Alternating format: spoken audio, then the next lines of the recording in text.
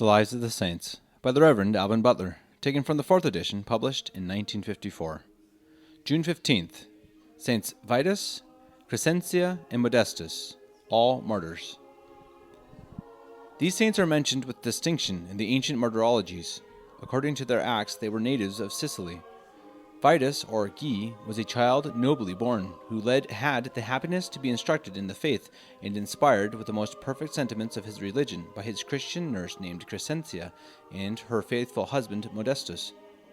His father Hylas was extremely incensed when he discovered the child's invincible aversion to idolatry, and finding him not to be overcome by stripes and such like chastisements, he delivered him up to Valerian, the governor, who in vain tried all his arts to work him into compliance with his father's will and the emperor's edicts. He escaped out of their hands, and together with Crescentia and Modestus fled into Italy. They were met with the crown of martyrdom in Lucania in the persecution of Diocletian. The heroic spirit of martyrdom, which we admire in St. Vitus, was owing to the early impressions of piety which he received from the lessons and example of a virtuous nurse. Of such infinite importance is the choice of virtuous preceptors, nurses, and servants about children. This reflection unfolds the reason why certain courts and ages were so fruitful in saints.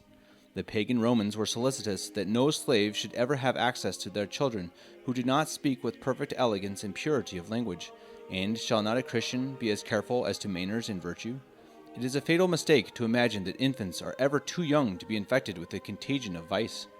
No age receives deeper impressions or observes more narrowly everything that passes in others, nor is anything so easily or so insensibly imbibed as a spirit of vanity, pride, revenge, obstinacy, or sloth, or harder to be ever corrected.